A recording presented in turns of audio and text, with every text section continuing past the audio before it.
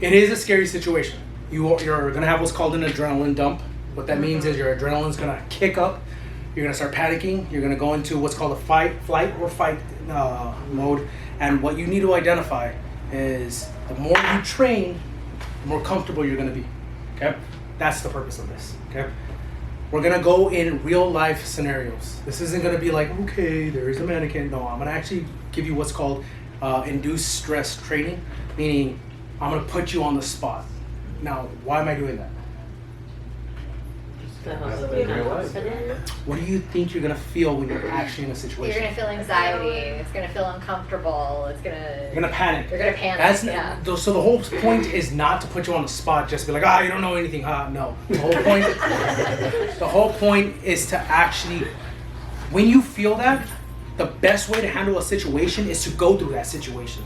So when you're like, I don't know what to do, good. You felt it now. So when you, God forbid, you ever actually have to do it, you're like, I still don't know what to do, but now I have a better understanding of it. Does that make sense? So that's what we're going to do. And then we're going right into, while we're dialing 911, to set the phone down, and then we're going head back, remember it's okay. 1, 2, 3, Oh, you do that. 9, 10, 11, 12, 13, 14, 18, 19, 20, 21. Oh, yeah. So, of course I got picked. keep your hand open. Yep. Like that? Okay. Ring finger. If I follow the ring finger all the way under the bicep muscle, I'm going to find the brachial artery. Oh. Now, if I slightly press, now we're going to actually dive into stopping the bleed. If I slightly press, open and close your hand. Open. You guys notice a different color? Yeah. I can feel it tingling. Okay, see? I'm not even applying that much pressure. Yeah. So I just shut down all circulation going to her hand. Keep that in the back of your head when we talk about stopping the bleed. But I'm trying to get here to identify whether they have a pulse. So this is called the brachial artery. So now that we identified the general location, ring finger, follow the imaginary line right under the brachial artery, press. Okay? When you're checking a pulse, never use your thumb. You're going to feel your pulse, not their pulse. So when you're checking a pulse on a patient, I have two hands. Index and middle on the brachial, index and middle on the carotid or the jugular. Does that make sense? Yeah. Yeah. Okay. Maybe this one's like a little funky. Just kidding. Yeah. Nice. Okay, got it. Alright, if someone is choking,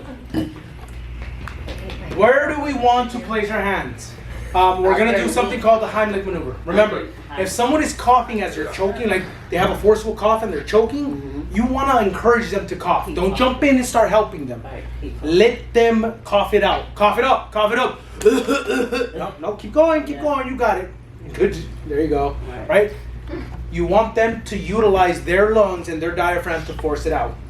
Because if I start jumping in, when I press and they inhale and we do it at the same time, and now creates a vacuum, sucking that thing further down into the lungs. So we don't want that to happen, right? So let them cough. So when do I jump in? When they sound. They can't call. They start making sound. What's the sound?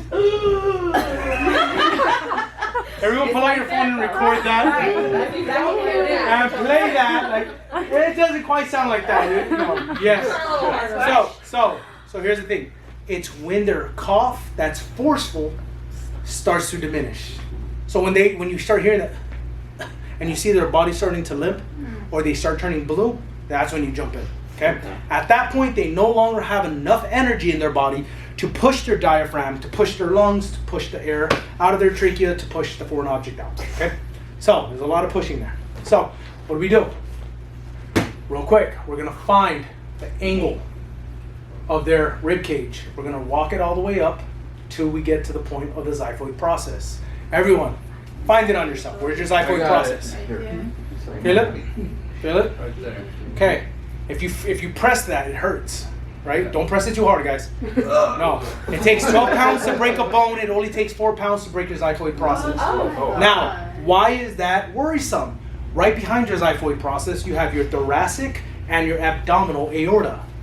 Your two biggest blood vessels in your body. If you lacerate that, that little leaf-shaped bone, Done right press there. it, you lacerate that, you have 6 minutes before the whole blood, all the blood in your body is in your stomach. Ooh, delicious. What was that? You can take that up with the cleaner. Now, with that being said, I need to identify where this is. So, where I want to position my hand is going to be between the xiphoid process and the umbilicus, also known as the belly button. Okay? So, how do I do that? I'm going to go ahead, I'm going to feel the rib cage, walk my hands up, boom, there's the xiphoid process, here's the belly button, and I'm going to put my hand between two indicators, put my hand between them. Boom. My other hand is going to go around, grab my hand, and I'm going in and up at the same time. Okay, ladies, it's going to hurt you. Okay, I'm sorry, it just is what it is. When you're doing this, you have to use force. It's not, that ain't gonna work. You are pushing their diaphragm up to push their lungs, to push the air out. Okay? So in and up, in and up. Like Miss Doubtfire. Yes. Exactly. If they don't have a pulse, what do we do? Keep going. How long are we gonna be doing this? Until we get help. Until that heart or- is beating again. Keep going. Until 911 gets there. I can see her like Jack Bauer. Not on my watch. You are not gonna die. You have to think logically, not emotionally. Oh, easier said than done. Yeah, I know. That's why we practice. So just because you take one training, you're like, yeah, I know how to do it. That doesn't mean anything. I've been doing this for 15 years, and I still, till today, I'm like, okay, it's a baby. All right, let's go. Especially when you start having kids. When you have kids, you're like, damn, what if that was my kid? Or, damn, this patient looked like my grandma. Right. Or, damn, this. I worked, not too long ago, I worked on a patient that looked exactly like my brother. Exactly. Like, for a second there, I was like, first of all, my brother wouldn't be. I had to, like, talk myself out of it. Like, this is not your brother. That's crazy. Bald head, big beard. I was like, dude, the hell? You have to think logically. Once you start thinking emotionally, you're screwed. You will get caught up. You'll start crying. And it's a bad situation. So, with that being said, take a deep breath. It's their emergency. What's going on? All right, let's go. If you don't know, for babies, if it's bigger than their pinky, it's going to be an obstruction in their throat. At 15, 16 years old, your throat tends to open up. Therefore, you're able to take bigger things. Like, I can take a bigger piece of bite of a chicken and it won't obstruct me. But it starts to diminish at 65. Damn. Smaller bites, my friend. Last week. Plates look good. Okay. Miller. Now let's just clean that up a little bit. Do not shake the baby.